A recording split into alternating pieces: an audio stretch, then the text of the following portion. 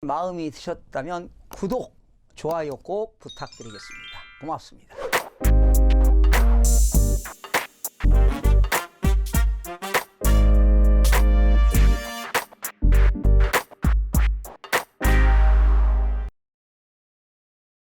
시청자 여러분 안녕하십니까? 김동수입니다. 이 시간에 실전 경매 사례 분석 특강 두 번째 시간이 되겠는데요. 오늘은 이런 주제를 가지고 나왔습니다. 아파트 경매 투자 주의보, 주택가격 크게 오르기 어려워, 이런 주제를 가지고 제가 오프라인에서 특강한 자료인데요. 오프라인에서 특강한 자료는 온라인상에 공개를 해본 적이 없습니다. 그러나 여러분들에게 온라인상으로 전해드리고 있는데요. 여러분들이 이 부동산에 대한 그 흐름 파악은 과거와 현재와 미래를 내다보는 통찰력이 있어야 하기 때문에 오늘 이 아파트를 가지고 여러분들 자세하게 분석을 해드리도록 하겠습니다. 이거 들으시면 많은 도움이 되리라고 생각이 들어갑니다. 이건 2014 타경입니다. 타경은 다 경매 사건이라고 그랬죠. 2014년도 사건입니다. 사건 번호는 2811입니다. 2811.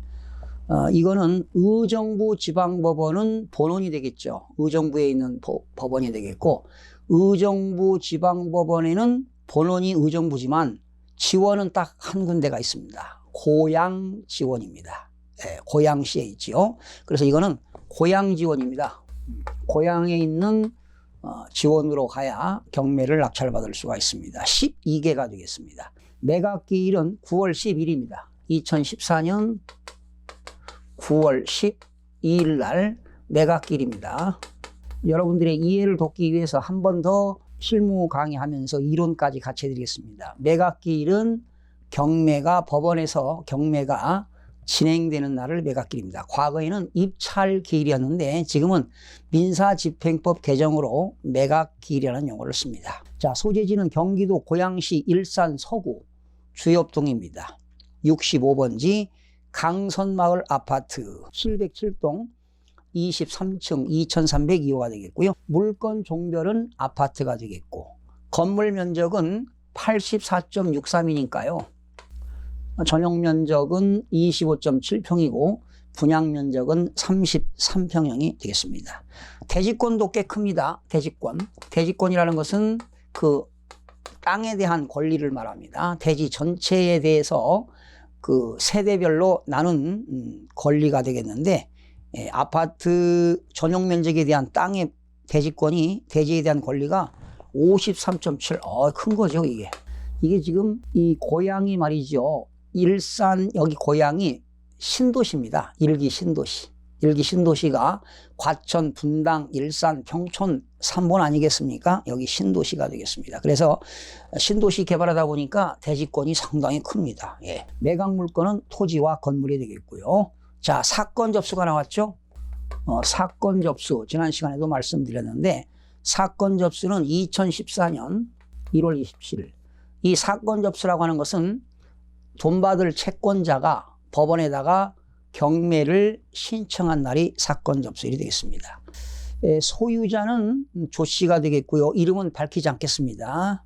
채무자도 조 씨가 되겠고, 그리고 채권자는요, 페닌슐라 캐피탈 대부회사가 되겠습니다. 그러니까 소유자가 지금 캐피탈 대부회사에서 근저당권 설정하고 담보로 제공하고 돈을 왔는데 이제 갚지 못했으니까 이렇게 채권자인 슐라 캐피탈 대부회사가 근저당권 설정한 근저당권자가 경매 신청하는 게 무슨 경매입니까? 의무 경매가 되겠죠.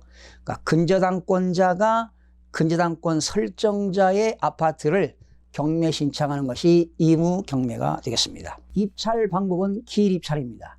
기일 입찰이라는 것은 그 법원에서 당일날 9월 10일 날이 매각기일인데, 매각기일이 법원에서 경매가 진행되는 날 9월 12일 날 입찰과 동시에 바로 개찰이 이루어지는 겁니다. 보통 법원에는 10시부터 11시 10분까지 입찰을 하고요. 11시 20분부터 보통 개찰을 하도록 되어 있습니다. 법원마다 약간 시간이 좀 차이가 있긴 있습니다. 감정가는 3억 9천입니다. 이 감정가 속에는 건물의 감정가와 토지 감정가가 합한 금액이 되겠죠. 그리고 최저가는 70%인데요. 지금 100%대 응찰자가 없어서 유찰이 되었다는 거예요. 그래서 고양 지원은 30%씩 떨어집니다. 한 번에 유찰되면 30%씩 떨어지기 때문에 3억 9천만 원짜리가 지금 70%까지 떨어져서 2억 7,300만 원이 최저가가 됐습니다. 그러면 우리는 최저가 2억 7,300만 원에 10%, 2,730만 원이 10%가 되겠죠.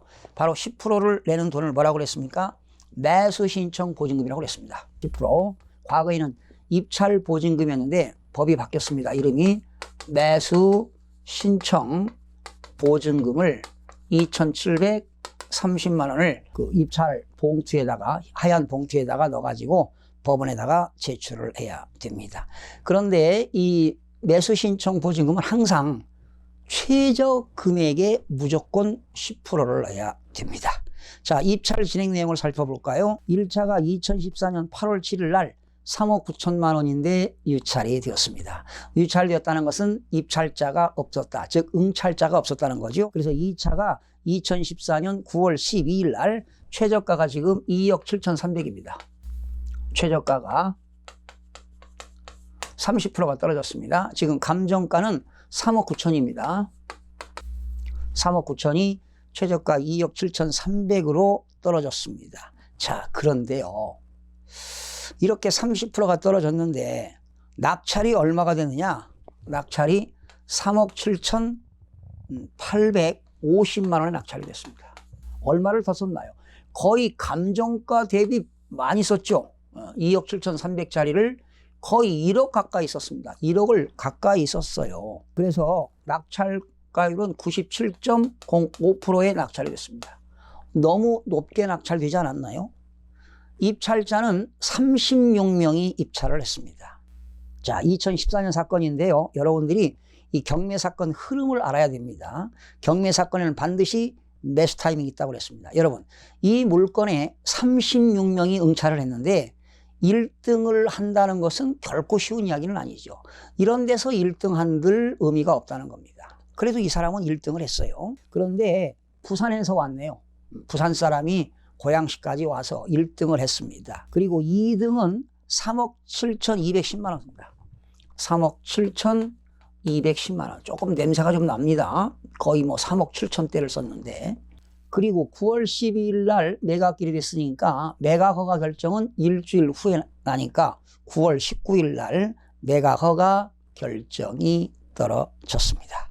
강선마을 아파트가 이게 1994년도 사용 승인이 떨어졌습니다. 이때가 1기 신도시입니다. 94년이죠. 자, 그리고 건물 면적은 84.63이 되겠고요. 그런데 2013년도 타경 3992는 감정가가 3억 2천인데 2억 4천에 낙찰을 받았으니까 8천만 원 싸게 낙찰을 받았죠. 2012 타경 18812 감정가가 4억인데 낙찰 가격이 3억 2천이니까 역시 8천만 원을 싸게 낙찰을 받았습니다. 2012 타경 17482 감정가 2억 9천만 원인데 2억 3,200에 낙찰됐으니까 감정가 가격보다 5,800만 원을 싸게 낙찰을 받았습니다. 지금 2013년도에 그 사건이잖아요. 이건 2014년 사건인데 경매도 타이밍이 있습니다. 저점 타이밍이 있어요. 그래서 한마디로 말씀드리면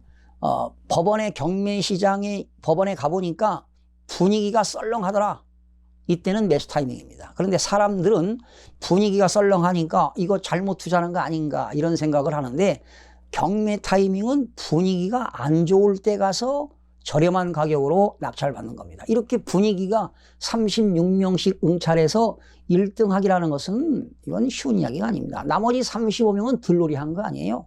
시간적, 경제적, 정시적 낭비를 한 거예요. 그래서 경매는 매수 타이밍이 있습니다. 조용할 때, 분위기가 아주 없을 때, 분위기가 아주 썰렁할 때 그때 가서 저렴하게 낙찰 받는 것이 우선이라고 보는 겁니다. 자, 그리고요 2014년 지금 매각기일이 9월 10일이잖아요. 그런데 2014년 9월 1일 날 정부가 부동산 시장 활성화 대책을 발표했습니다. 이렇게 부동산 시장 활성화 대책을 발표할 때는 이때는 매수 타이밍이 아니고 매도로 봐야 됩니다. 그러니까 정부가 부동산 활성화 대책을 내놓을 때는 그때 부동산을 매도 타임이라고 볼 수 있습니다. 그러니까 정부가 말이죠, 막 규제하잖아요. 규제. 정부가 부동산 규제하고 완화하고 규제 완화 규제 완화. 여지껏 보게 되면 모든 정부가 부동산 규제와 완화 정책을 계속 써왔습니다. 규제 완화 규제 완화. 바로 스폰지 게임을 했다는 것입니다.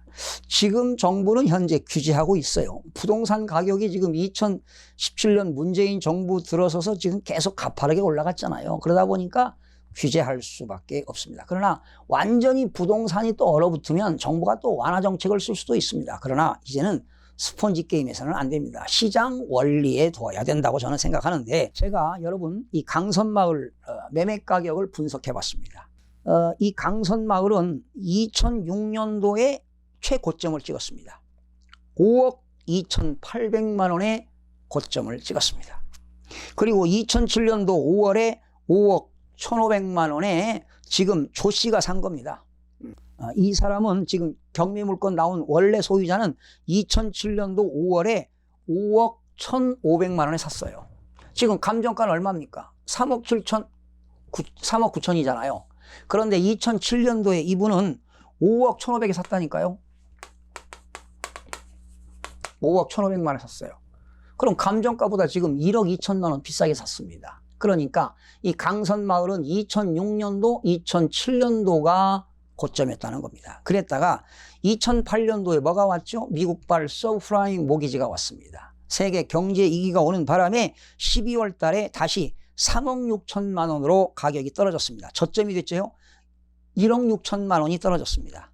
그리고 2010년도 12월에 4억 2,500만 원, 2011년 4월에 4억 3천만 원 다시 또 올라갔죠. 4억 3천만 원까지 고점을 찍었습니다. 그러니까 2006년 5억 2천보다는 떨어졌지만 그래도 2011년도에 가격이 회복세를 보이면서 4억 3천만 원까지 올라갔다가 2013년도에 다시 9월에 3억 8,500만 원까지 떨어졌습니다. 그랬다가 2014년도입니다. 2014년도가 상당히 어려웠어요. 가격이 저점이었거든요. 그때 3억 4,850만 원까지 가격이 떨어졌습니다. 이게 저점입니다. 여러분, 부동산은 고점 대비 저점이 있다고 그랬죠? 고점과 항상 저점이 있습니다. 상승기가 있고 하락기가 있는데, 그러다 보니까 정부가 2014년 9월에 그 당시 최경환 부총리가 9.11 대책, 부동산 활성화 대책을 발표한 게 바로 DTI와 LTV를 60%에서 70%로 완화했습니다. 제가 그 당시 이런 칼럼을 썼습니다. 이렇게 LTV와 DTI를 완화하는 정책은 결국 바람직하지 않다. 훗날 부동산의 크나큰 문제점이 야기된다고 제가 지적한 바 있었습니다만은, 그래서 이제 저점이었습니다. 그러다가 계속 올랐죠. 2016년 8월에 5억 4,600, 10월에 5억 4,500 고점을 찍었습니다. 그러니까 작년 9.13 대책 발표 전후로 해서 5억 4,500 고점을 찍었고요. 그러다가 이제 2019년 2월에 5억 1,500만 원, 2019년 지난 5월 달에 5억 2,450만 원 소폭 하락을 했습니다. 많이는 하락하지 않았지만 소폭 하락했는데, 여러분들이 본다면 앞으로 더 하락해야 되지 않겠습니까? 자, 그러면 지금 이 일산 서구 주엽동입니다. 일산 서구 주엽동은 1996년도에, 94년도에 일산 신도시가 되겠습니다. 자, 여기는 국토계획 및 이용에 관한 법률에 의한 지역지구를 소개하겠습니다. 여기는 당연히 도시지역입니다. 대한민국의 인구의 91%가 도시지역에서 거주하고 있습니다. 도시지역에는 주거지역, 상업지역, 공업지역, 녹지지역. 도시지역에는 주거지역, 상업지역, 공업지역, 녹지지역인데 주로 주거지역에 거주하고 있는데요. 자, 여기는 도시지역입니다. 도시지역은 인구와 산업이 밀집되어 있거나 밀집이 예상되어 그 지역에 대하여 체계적인 개발과 체계적인 정비와 체계적인 관리와 체계적인 보존 등이 필요한 지역이 도시지역입니다. 도시지역은 주거지역, 상업지역, 공업지역, 녹지지역이 있다고 그랬습니다. 그런데 여기는 주거지역에서도 일반 주거지역입니다. 일반 주거지역. 일반 주거지역은 주거 환경이 편리한 지역입니다. 주거 환경이 편리하다. 주거 환경이 편리한 지역이 일반 주거지역인데 요 일반 주거지역에는 제1종 일반 주거지역이 있고 제2종 일반 주거지역이 있고 제3종 일반 주거지역이 있습니다. 제1종 일반 주거지역은 저층입니다. 5층 이하. 제2종 일반 주거지역은 중층이 되겠고요. 제3종 일반 주거지역 중고층이 되겠는데 여기 주엽동 강선마을은 제3종 일반 주거지역입니다. 제3종 일반 주거지역. 제3종 일반 주거지역은 중고층 중심으로 편리한 주거 환경을 조성할 목적으로 필요한 지역이 제3종 일반 주거지역입니다. 혹시 여러분들이 단독주택에 살거나 다세대나 빌라, 연립주택에 사시는 분들은 제1종 일반 주거지역입니다. 그리고 아파트를 사시는데 중층에 사시는 분들은 제2종 일반 주거지역, 그리고 고층 지역에 있는 사람들은 제3종 일반 주거지역인데 이 강선마을에 여기가 아파트가요 25층까지가 있습니다. 이게 25층이 있기 때문에 여기는 제3종 일반 주거지역이 되겠습니다. 그리고 일산 지구단위 계획구역으로 지정됐습니다. 이게 일산 신도시가 되겠고요. 대로 3류, 여러분 도로가 지금 이 강선 아파트 주변에는 대로가 있고요, 중로가 있고 소로가 있습니다. 소로 3류가 있고 2류, 1류가 있고 중로 1류, 2류, 3류가 있고 대로 1류, 2류, 3류가 있는데요. 소로 3류라고 하는 건 도로가 8m 미만입니다. 2류라고 하는 것은 8m에서 10m입니다. 1류는 10m에서 12m. 소로 중로 3류는 12m에서 15m. 중로 2류는 15m에서 20m. 그리고 중로 1류는 20m에서 25m가 되겠고요. 대로 3류는 25m에서 30m가 되겠습니다. 거기 대로 3류 25m에서 30m에 접해 있다. 중로 1류 20m에서 25m로 접해 있다. 또 중로 2류 15m에서 20m에 접해 있다. 그러니까 이 강선마을은 중로와 대로에 접해 있다. 이런 내용이 되겠고요. 다른 법령 등에 따른 지역지구를 소개하겠습니다. 여러분 여기 일산은요 수도권 정비계획법에 의한 지난 시간 말씀드렸죠. 과밀억제권역이고 파주시는 성장관리권역이 되겠습니다. 그리고 여기는 학교보건법에는 두 가지가 있습니다. 학교보건법. 학교보건법에는 절대 정화구역이 있고요, 상대 정화구역이 있습니다. 이 절대 정화구역은 학교 정문 울타리로부터 50m 이내가 절대적인 정화구역입니다. 그러니까 스쿨존이라는 얘기죠. 스쿨존. 네. 상대 정화구역은 학교 울타리 정문으로부터 200m 이내입니다. 이런 데는 상대 정화구역이기 때문에 단란주점 같은 거 이런 것들은 할 수가 없겠어요. 뭐 총포점 같은 거 이런 것들을 할 수가 없습니다. 상대 정화구역, 절대 정화구역입니다. 거기 나왔죠? 상대 정화구역 200m 이내의 지역이 나와 있고 절대 정화구역은 제외한 지역으로 한다. 절대 정화구역은 학교 출입문으로부터 직선거리로 50m까지의 지역을 절대 정화구역이다. 이렇게 나와 있습니다. 자, 물권 현황을 살펴보도록 할까요? 감정원은 강동 감정평가법인이 2014년 2월 7일 날 평가했습니다. 여러분, 사건 접수가 언제라고 그랬죠? 사건 접수가 2014년 1월 27일. 이거는 사건 접수는 채권자가 법원에다가 경매를 신청한 날이 사건 접수인데 이렇게 사건 접수일로부터 1개월 이내 감정평가를 하도록 되어 있으니까 2014년 2월 7일 날 감정평가를 했습니다. 그러니까 법원에서는 감정평가 법인에다가 감정평가를 의뢰하게 되면 1개월 이내 감정평가를 하도록 되어 있다. 자, 25층 중 23층이고 94년 6월 14일 날 사용 승인이 떨어졌고요. 면적은 전용 면적이 84.63제곱미터, 방은 3개가 되겠고요. 국민주택입니다. 33평 이하가 국민주택인데 방 3개, 거실이 있고 욕실이 2개가 있죠. 주방 겸 식당이 있고 현관, 발코니가 있습니다. 그리고 건물의 감정가격은요 2억 7,300만 원입니다.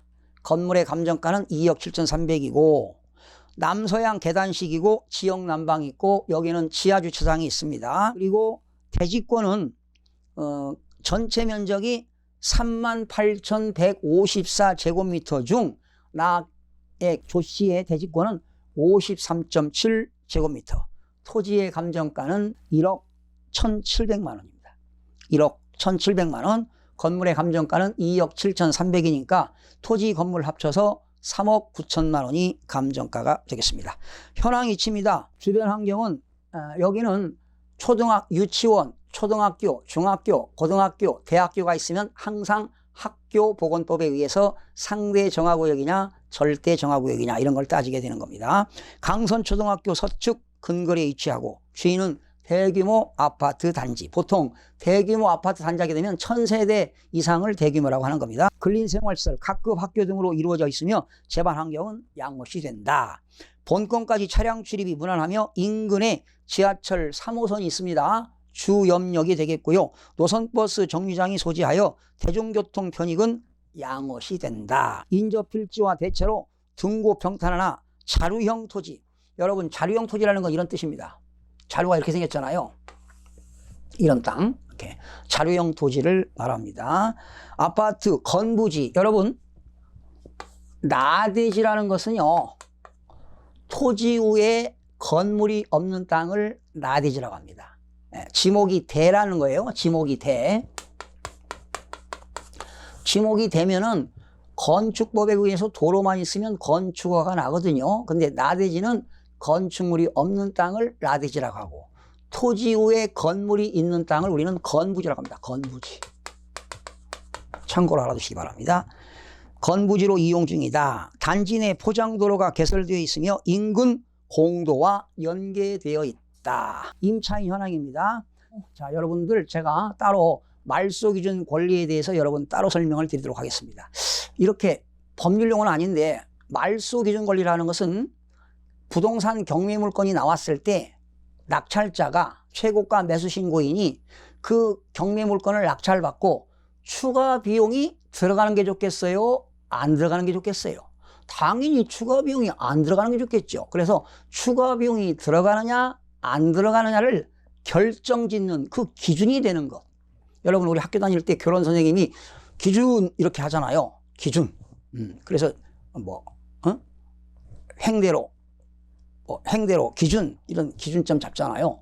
그랬을 때 기준이 되는 겁니다. 그래서 그 말소 기준 권리라는 것은 낙찰자가 추가 비용을 들어가느냐 안 들어가느냐 그 결정짓는 그 기준이 되는데, 말소 기준 권리 위에 있는 것은 낙찰자가 추가 비용이 들어가고 그 말소 기준 권리 밑에 있는 건 다 소멸되는 건데 제가 이건 따로 설명을 드리도록 하겠습니다. 그리고 배당 요구 종길이라는 건 뭐냐?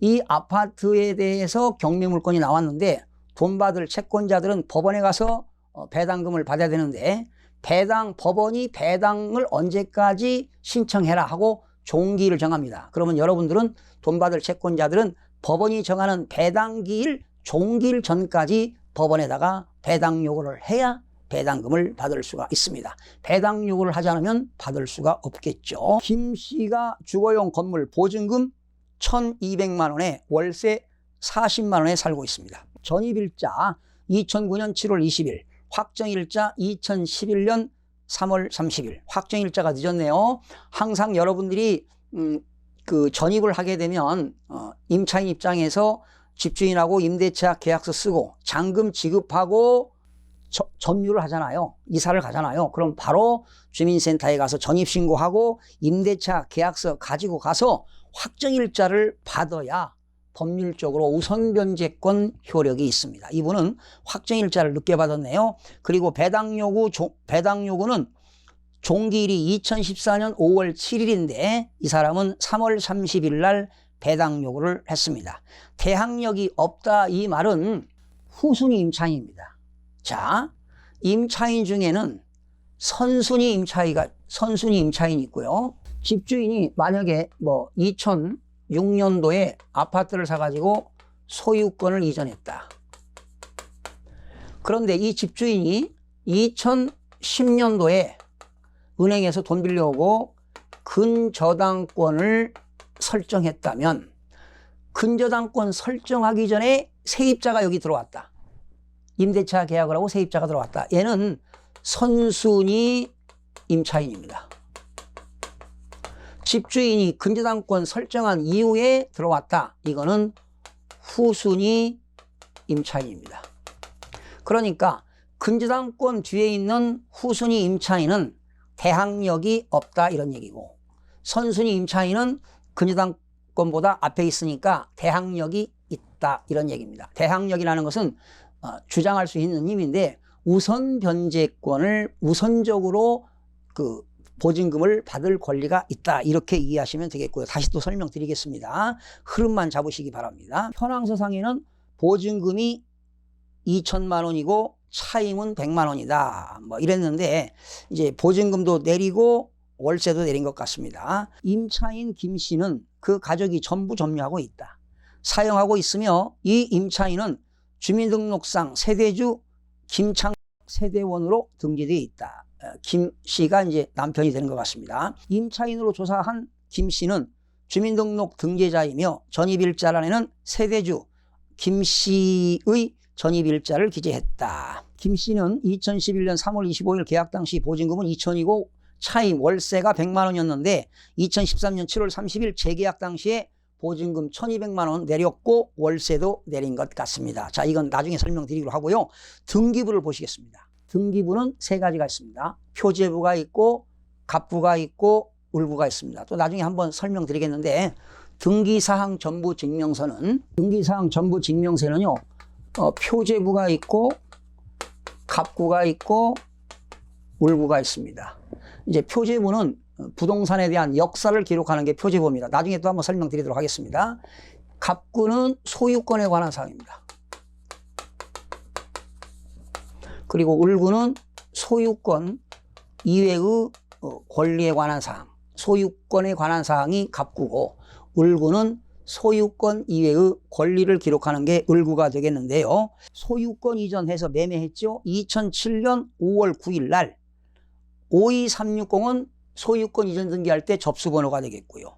조 씨가 5억 1,500만 원에 구입했습니다. 고점에 샀죠. 그런데 그 5월 9일 날 소유권 이전 등기하면서 근저당을 설정했습니다. 슐라 캐피탈 대부 주식회사로부터 5억 2,320만 원.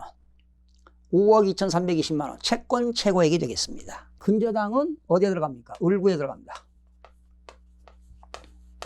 근저당이 을구에 들어가는데 근저당이 제일로 빠르기 때문에 이게 말소 기준 권리가 되는 겁니다. 이건 나중에 또 설명드리겠는데 근저당이 제일로 빠르면 말소 기준 권리가 돼가지고 근저당 밑에 있는 건 다 소멸됩니다. 그리고 압류. 고양시에서 일산 서구 고양시에서 압류했다는 것은 지방세를 못 낸 겁니다. 고양시가 징수하는 세금은 지방세가 되겠고 고양세무서가 징수하는 것은 국세가 되겠는데요. 압류했습니다. 압류. 고양세무서가 압류했다는 것은 국세를 못 낸 겁니다. 소득세라든가 법인세라든가 부가가치세를 못 내가지고 압류한 거 되겠고 역시 또 고양세무서가 5번에 압류했습니다. 6번 전북신용보증재단 보증회사가 가압류를 했고요. 그러면 압류와 가압류는 어떤 차이가 있느냐? 국가기관인 공권력을 행사해서 채권을 보존받게 하는 것은 압류가 되겠고 채권자가 채권을 보존받기 위해서 일반 채권자가 하는 것은 다 가압류가 되겠습니다. 우리가 은행에서 신용카드 대금을 못 갚아도 은행이 신용카드 대금을 받기 위해서 주로 가압류합니다. 그 다음에 또 국민건강보험공단은 국가기관이기 때문에 보건복지부 소속 아니겠습니까? 국민의료보험관리공단이 의료보험을 못 내면 이것도 압류합니다. 전북은행에서 아마 카드 대금 못 갚아서 가압류한 것 같고요. 그러다 보니까 페니슐라 캐피탈 대부회사가 근저당을 설정했는데 이 채무자가 돈을 못 갚으니까 채권자가 근저당권을 실행하기 위해서, 담보권을 실행하기 위해서 근저당권자가 경매 신청하는 것이 이무경매라고 그랬죠. 그래서 9번에 보니까 이무경매 개시결정이 2014년 1월 28일 날이 됐는데요. 여러분, 사건 접수가 언제였었죠? 1월 27일이었잖아요. 2014년 1월 27일 날 채권자가 법원에 경매를 신청하니까 법원에서는 등기소 등기관에게 촉탁을 해가지고 1월 28일 날 등기부 갑구에 이무경매 개시결정 기입등기라고 해서 이무경매가 올라갔습니다. 거기 9번에 나와 있죠. 2014년 1월 28일 접수번호 16667 해가지고 이무경매 개시결정 기입등기가 들어갔습니다. 건설사는 유원건설이 되겠고요. 6개동이고 총 세대수는 408세대, 사용승인은 93년 10월에 떨어졌고요. 최고층이 25층, 최저층이 12층, 주차 대수는 408대, 지역 난방 연로, 열병합, 면적 유형은 74제곱미터, 87제곱미터, 104제곱미터. 주변 환경은 태영 프라자, 그랜드 백화점, 마그넷, 월마트, 강선초등학교, 주엽초등학교, 문화초등학교, 발산중, 주엽공고, 그리고 강선공원, 황산공원, 백병원도 있고요. 의료보험 종합병원도 있고 국립암센터도 있습니다. 사회 기반 시설이 많은 지역이죠. 신도시이기 때문에. 만약에 여러분들이 아파트를 낙찰받았는데 전 주인이 관리비를 못 냈을 때 관리비는 어떻게 되느냐? 낙찰자가 부담할 거냐?